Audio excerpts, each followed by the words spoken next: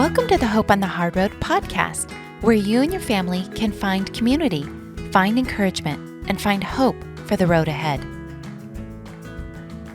Speak encouraging words to one another. Build up hope so that you will all be together in this. 1 Thessalonians 5:11.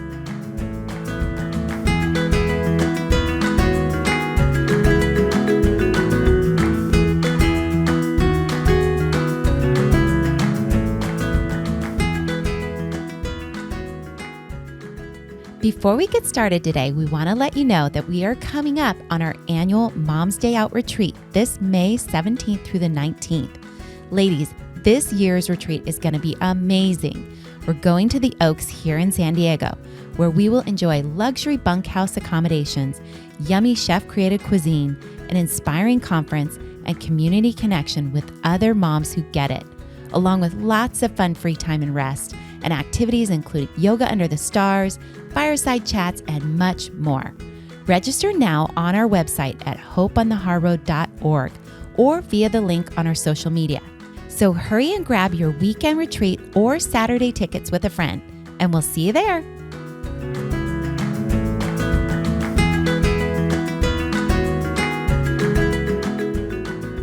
Hey everybody, welcome back to our Mom series.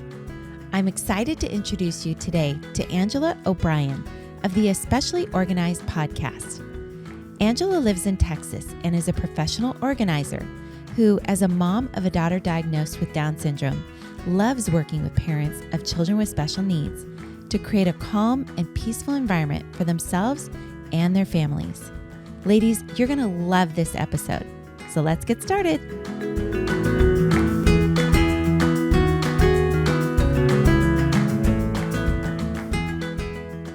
Angela, it is so great to have you on the podcast today.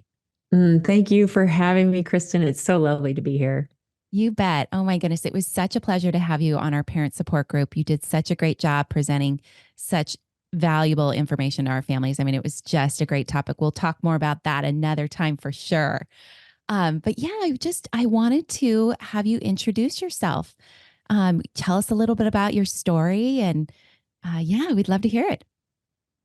Sure. Yeah. So I have been married for 27 years to just my lovely husband. And we have two kids. My son is getting ready to graduate from college, and my daughter is 20, going on 21.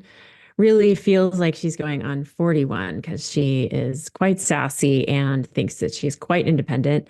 She has a diagnosis of Down syndrome, and we found out really shortly after her birth. It was a postnatal diagnosis, and we were pretty shocked. We had no idea. We didn't know anything about Down syndrome.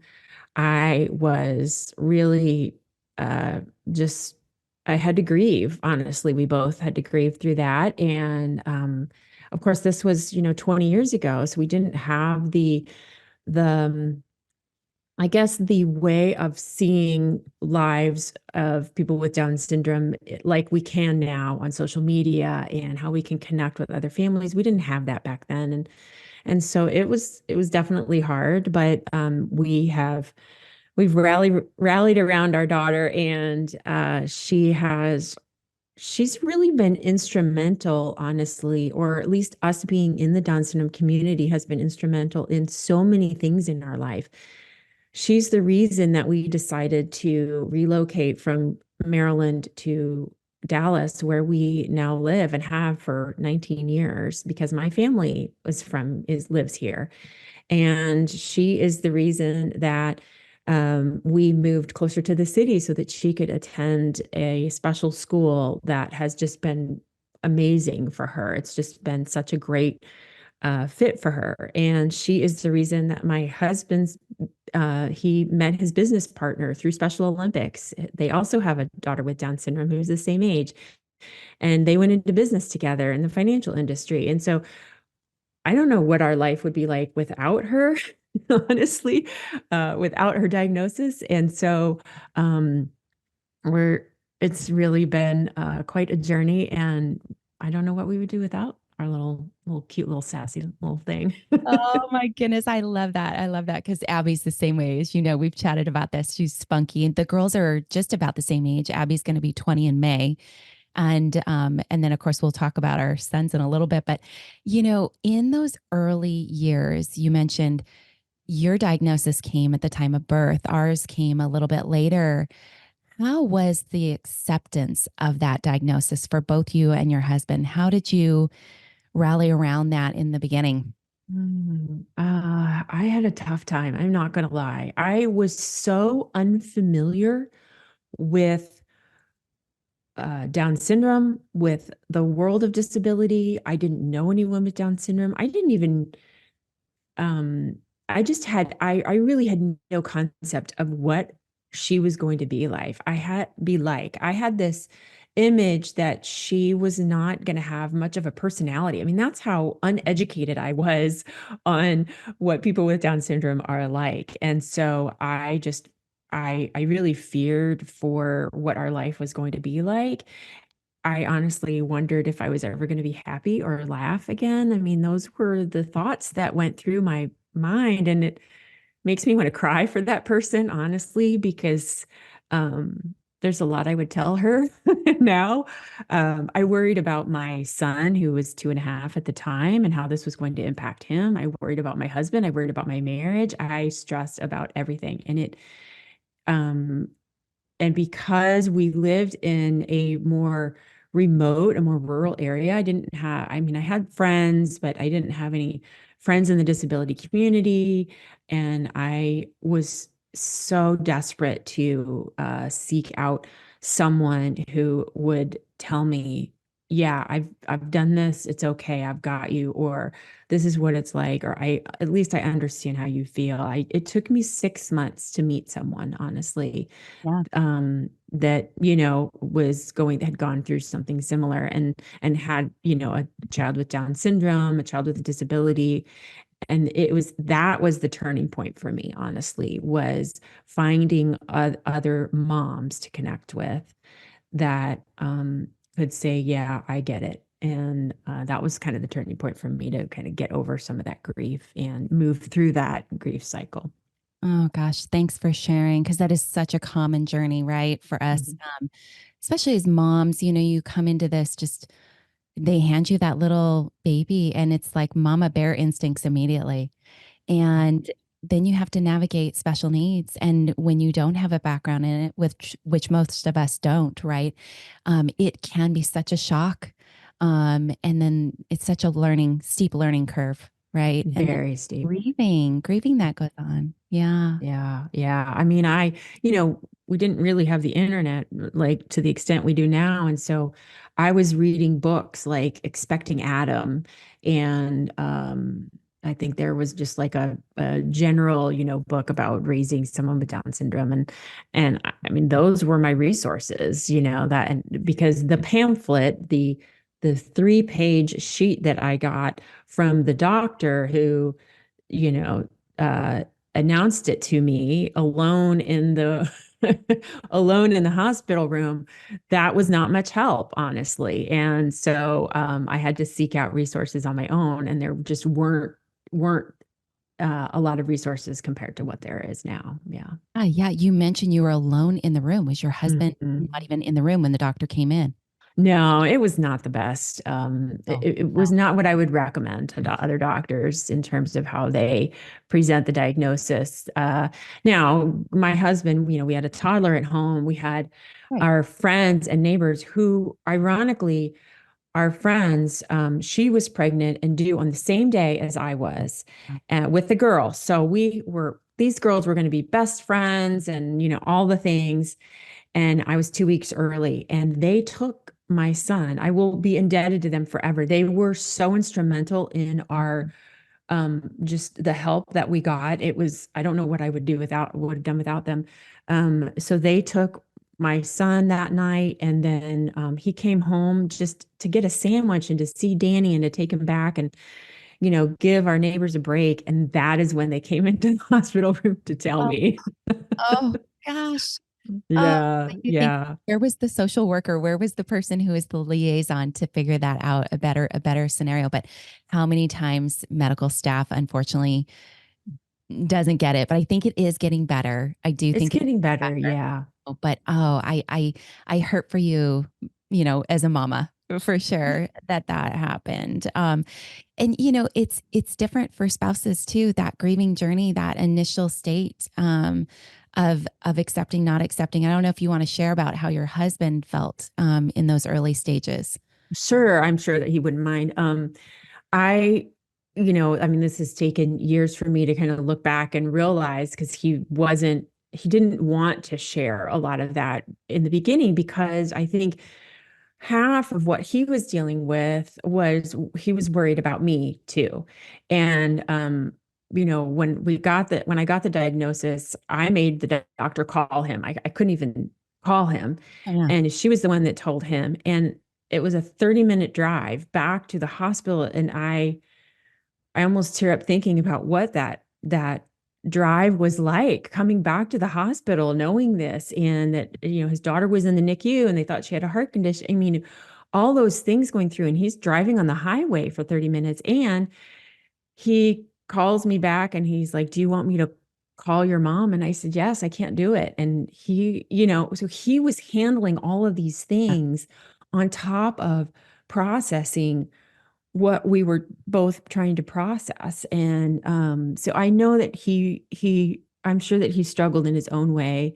Um, and shared with me later, after we were kind of both through it. But I think that he worried as much about me. I was having some medical difficulties too. I mean, it was just there was so much to process and in those early days and weeks and months. And I got lucky that I have such an amazing partner and we just always were able to allow each other time and space to go through that grieving cycle like we've talked about and then and see what it is that each other needs to be supported, so we've been very fortunate in that we're able to do that. So and that's kind of that's what we did. That's how we got through it.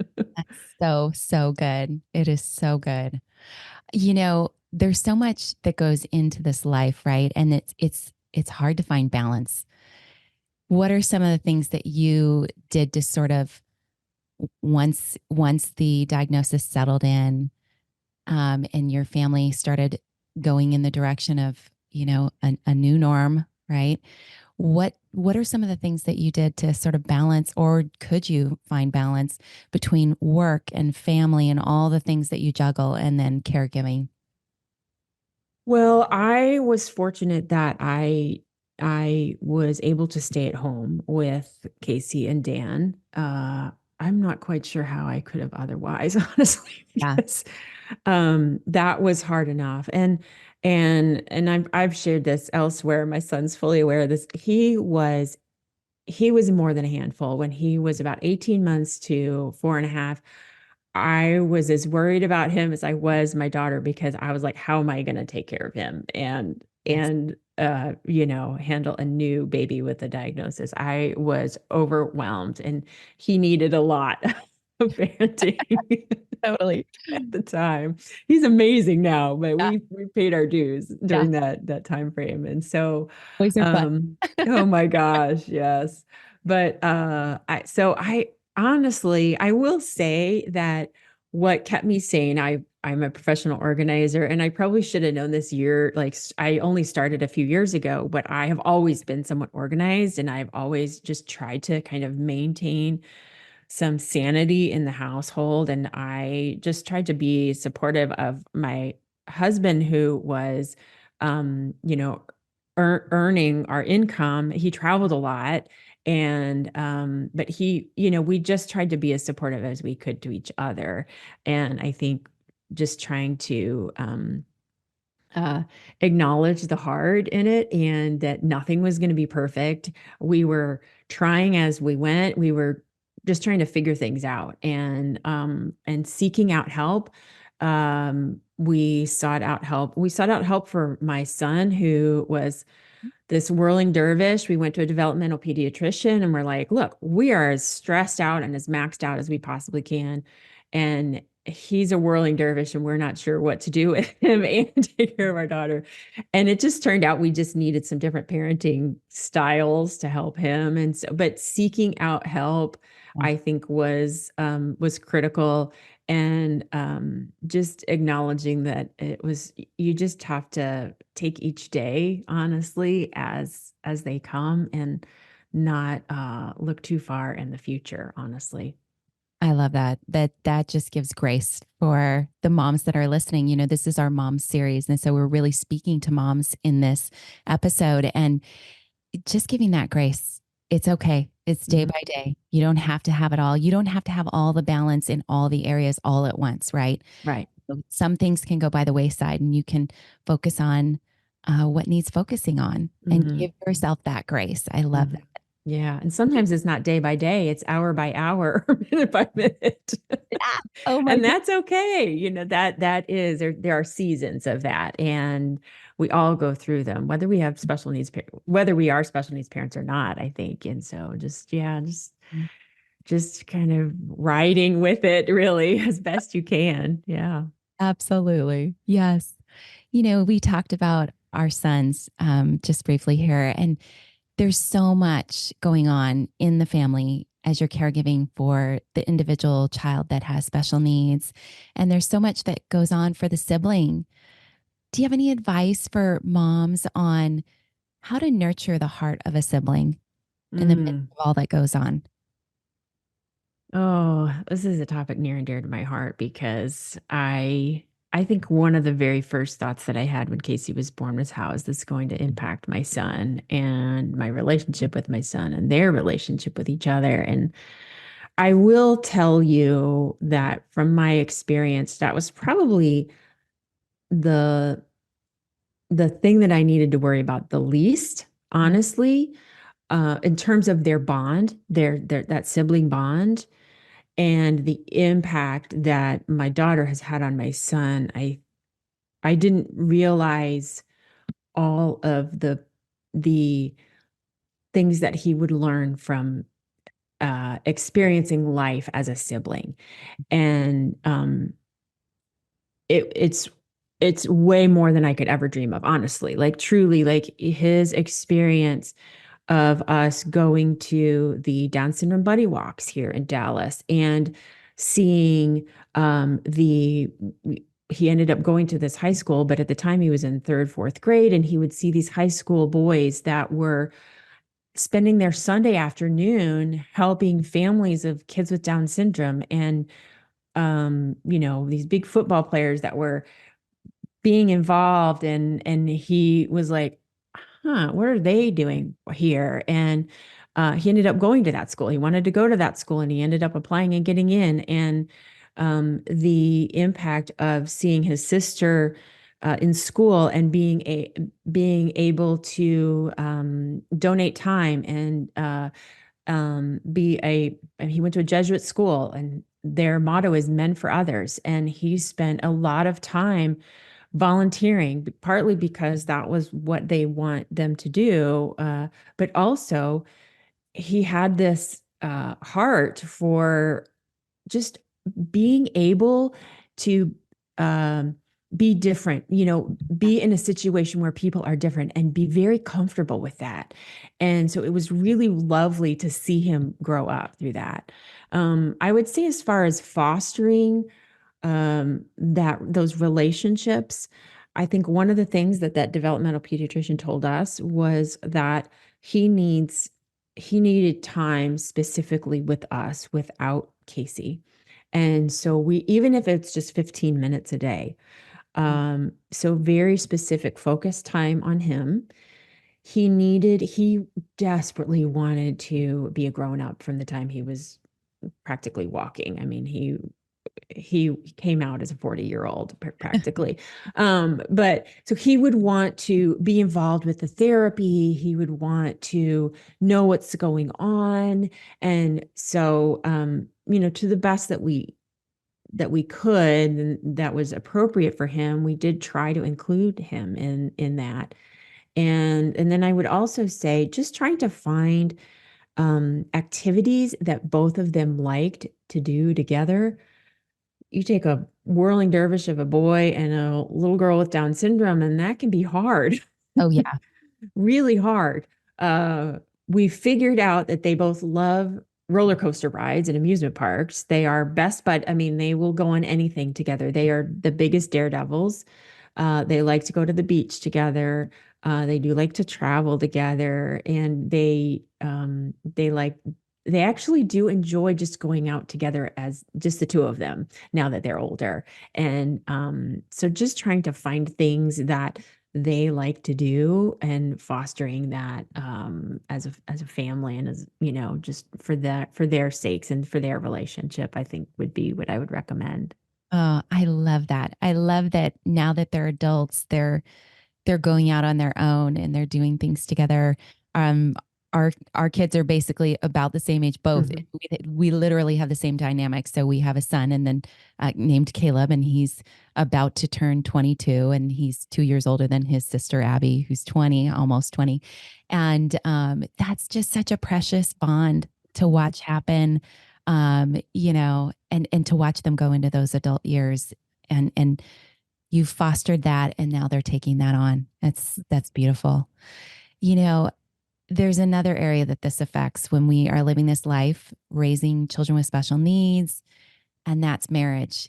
And it can be really hard on marriages. I think, the divorce rate is anywhere between 80 and 90% even. Mhm. And so, when you, in all that you guys have been through, look at the strains and stresses that are on marriages today and in this situation, what is some of your advice for marriages? And I know that's Oh, a monumental question, right? it But is a monumental question. Yeah. smallest I thing. think the biggest thing that has been helpful for us, especially in the last, I would say 7 to 10 years, um, has been, uh, well, I think like you've talked about on my podcast, the getting counseling help, getting therapy, having someone else who can help you kind of look at things from a different perspective. Mike and I have used something different. I got into the Enneagram about 7 to 10 years ago and started learning about that more for myself because I felt like I was kind of going through my own midlife crisis. My kids were getting a little bit older. I was still a stay-at-home mom and I was looking around going, I want to do something more. And I was struggling with that. And someone turned me on to the Enneagram and I started learning about it. And it was a really wonderful tool for me that helped me have some better self-awareness of my strengths and my weaknesses. But what I think one of the even bigger gifts of the Enneagram for us was understanding my husband's type Mhm. and how different he looks at things and how different he reacts and responds to things, and having some compassion for those differences. Because there were realizations that we had after being married for almost 20 years that we didn't realize that we process things differently. He processes things so much faster than I do.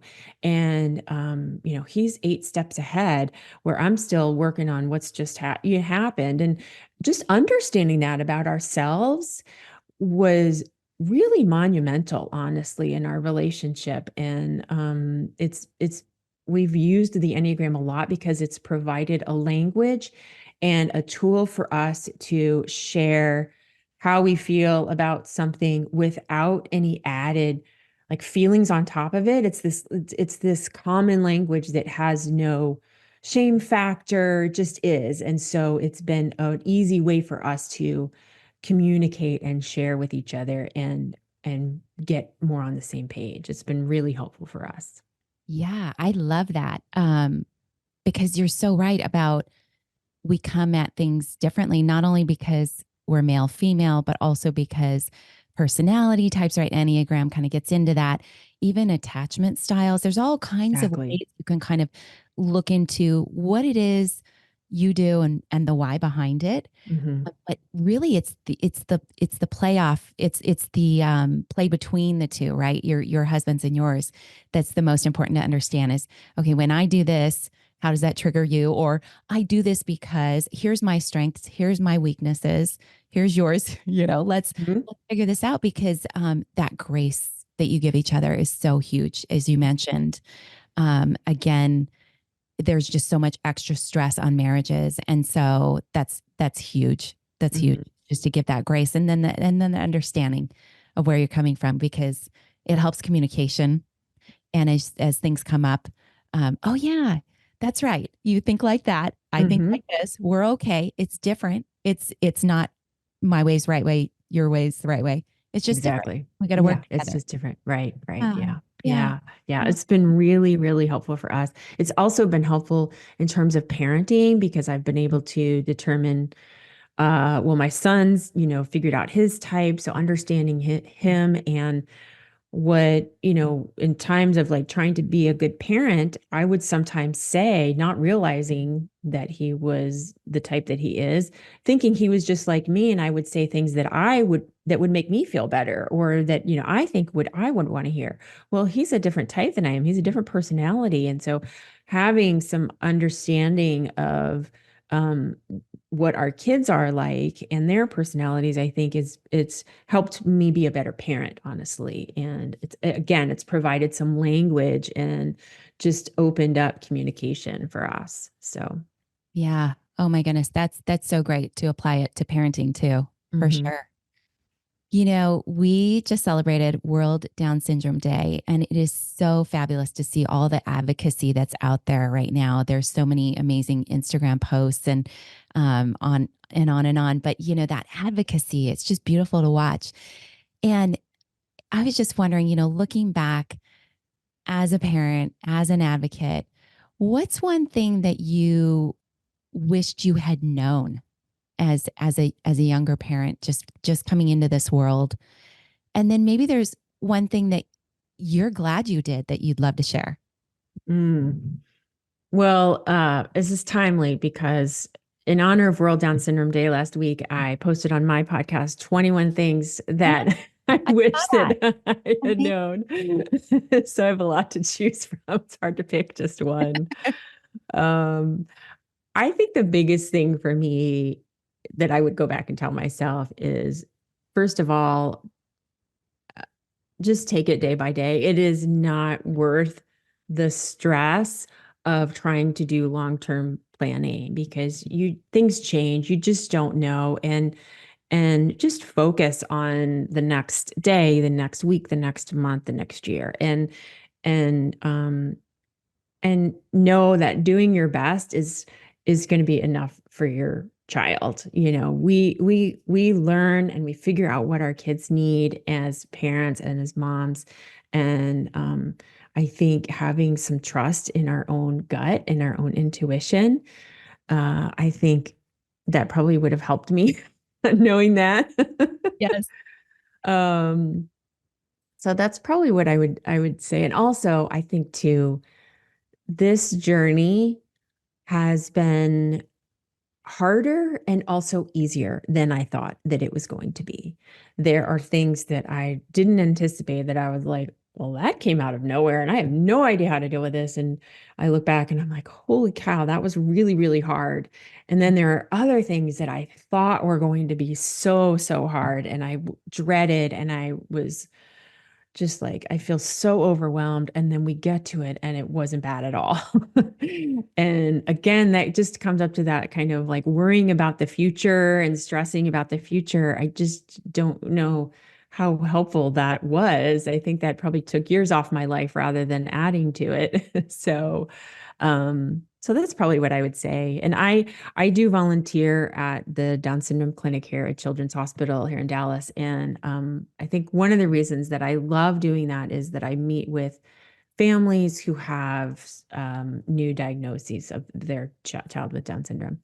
And a lot of them are just processing the diagnosis. A lot of them are just trying to feel their way. And they, and it seems hard to believe that in this day and age, there are people that still don't feel connected to others, but that are on a similar journey. But a lot of these people that I see in the clinic don't feel connected. They don't know other moms, and they're meeting mostly with healthcare providers. Well, I'm the one, mom. I have no healthcare background.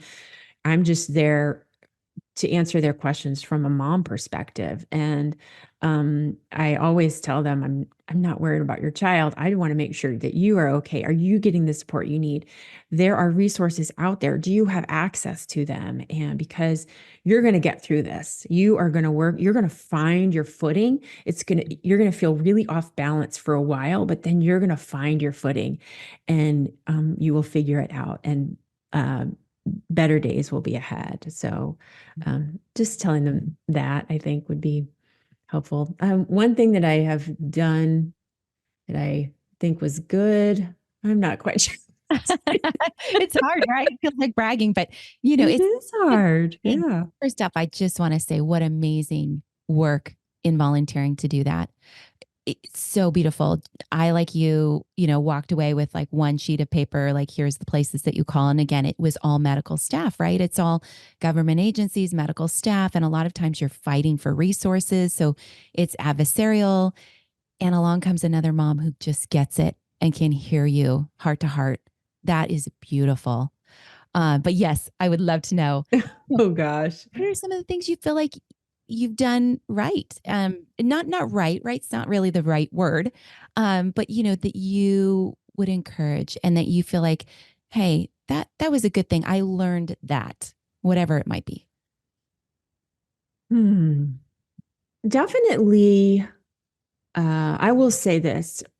In 2005, we moved from Maryland to Dallas. Yeah. And I didn't know many people. My daughter was only 18 months old, but one of the organizations we connected with before we moved here was the Down Syndrome Guild of Dallas.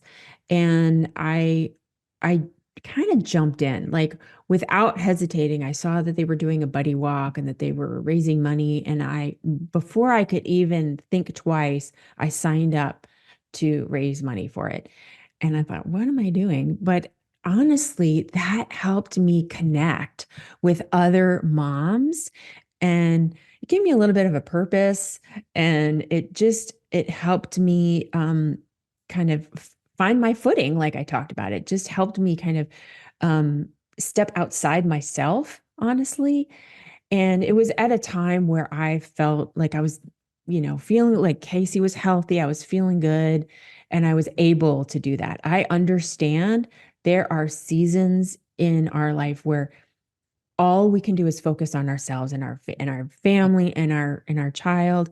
And so stepping outside may not be possible for others, but there might be seasons, or there might be situations where you can. And I would almost encourage you to, if you have the bandwidth, to consider that. There are organizations like yours, Hope on the Hard Road, where you can volunteer, or just connecting with other moms and sharing your advice, talking to younger moms even that are going through something that you've been through, and you might have some insight. Just being open to sharing what you've learned, I think, will help you maybe gain an appreciation, if that's possible. But, we go through seasons. I had to step back from that a few years later after that because of what we were going through. So I totally get it if that's not possible and I don't want moms on here to be like, oh, now I have to, Yeah. start donating my time. No, you do not need to do that. Right. But I was in a situation where I could, and that helped me.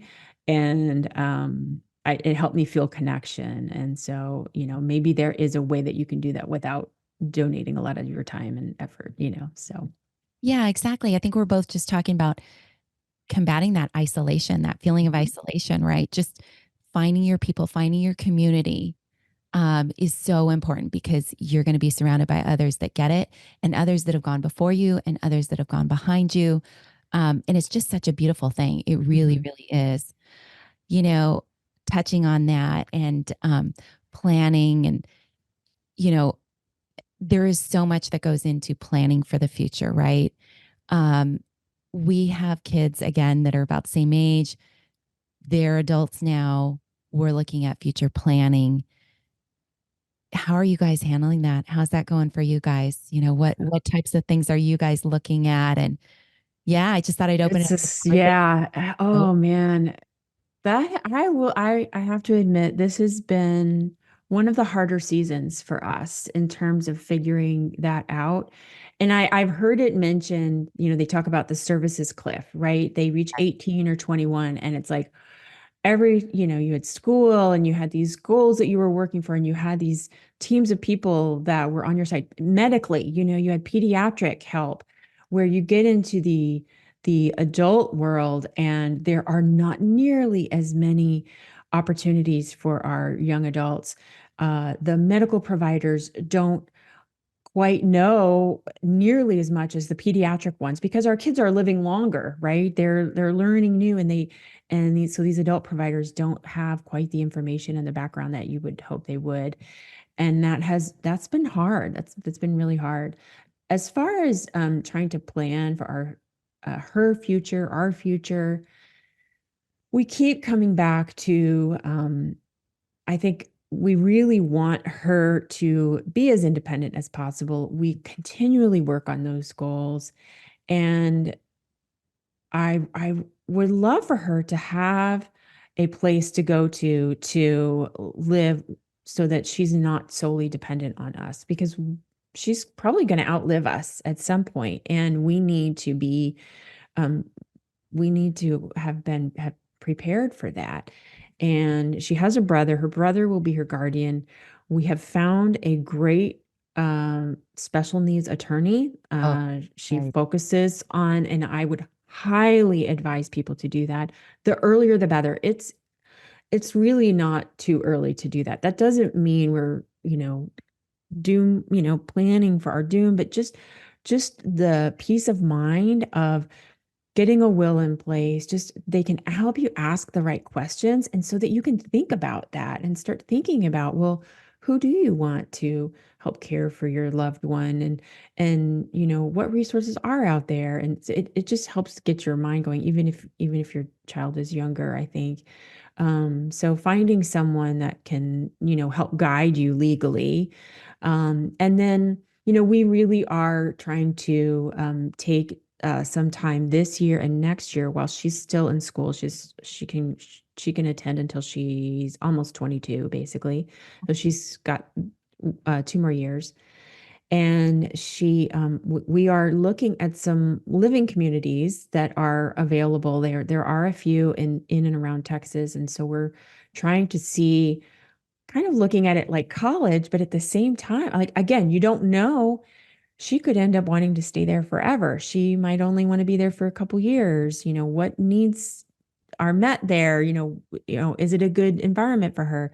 So we are trying to look at that, kind of like, college visits. So we're exploring a few of those, and just trying to work on the skills that she would need to attend those. Not that we don't want her living with us, but she's the kind of person, she's really testing us right now. She wants to be very independent. I can't brush her hair. I can't get her dressed. I can't do I can't do anything to help her. So she wants to be independent. And so I'm just trying to foster that. I love that. I love Yeah, that. it's just a balance. You don't want to Right. look too far in the future, but you do need to do some planning. And so just trying to find that balance, I think, is what I'd recommend. But it's hard. Oh, it is. It's both Yeah. and, right? Yeah, It's hard exactly. and it's good. It's good Hmm. to watch and be there with them as they grow. One of our desires is to help with that process, to still be here during that process of moving into more independent living, outside of our own home. And of course, as a mom, as a dad, that just rips your heart. I mean, it's just really Yeah. difficult after all the years of caregiving. But at the same time, it's a beautiful thing because we know that they'll be taken care of. We've set it up, and all the things that entails, like you mentioned, special needs trust, and we've had our voice in that. And that's such an important thing. And then, speaking to the siblings, prepping them for that time, Right. um, is so important. We know other families that didn't happen for the siblings, and it's devastating. Not only have Mhm. they lost their parents, but suddenly they're caregivers, and they didn't know all that they needed to know. And some of that might happen still. It's hard to tell every little thing and prepare the next person, but we try. And Mhm. I think it's important for families that are coming behind us with younger ones, just to know the reality of that is that you love your child. And because you love them, you're also preparing for a time when you won't be there. Right. And if things go the way that they naturally would, that you wouldn't be there before they, are independent and, they have a chance to have those independent years and perhaps without you. So to prepare for that, and that doesn't mean you are pushing them out of the nest, and it's anything other than loving and caring for them. And so I just love that you shared some good um tips on that, and just the things that you guys are thinking through. So we always love to ask this question at the end of every podcast. What is one thing that you'd love to share with families, and in particular moms, to help encourage them and to bring hope for the road ahead? Hmm.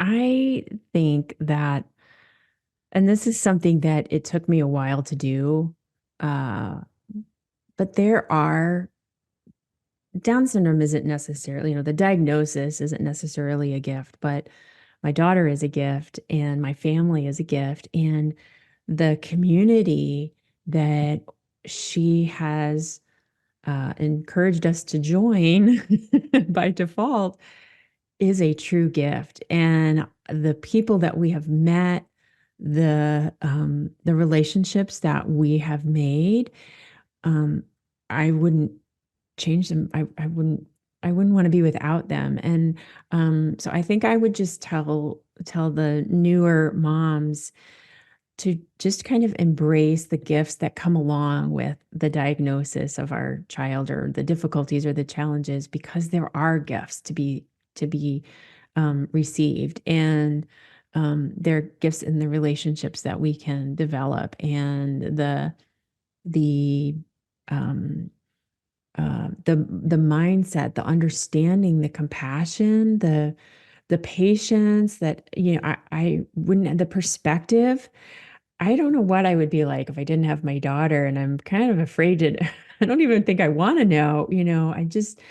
I was just talking with a couple friends this weekend, and I think we're kind of one of the few people that they know that have a child with a disability. And he was sharing something about, with his colleagues, and it was clear to me, oh, none of them have any concept of how we live, and no shame on them, but it just was like, oh, there are other people out there that don't understand our lives. And I wouldn't I'm grateful that I get to meet people like you, and the people that I've met, and the perspective that I have. And because there's more to life than just achievement and success. And I think Casey's helped me realize that. So just embracing the gifts that come along with the hard, I think, would be what I would recommend.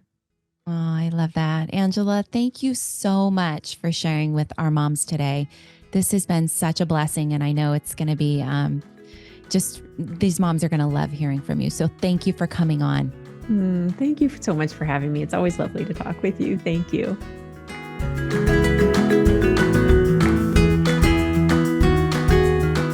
Resources and contact information for today's podcast will be included in the show notes. If you enjoyed this podcast, please share us with others and be sure to follow us so you won't miss an episode. And we'd love to hear from you, so please leave us a comment or rating and connect with us on social media or on our website at hopeonthehardroad.org.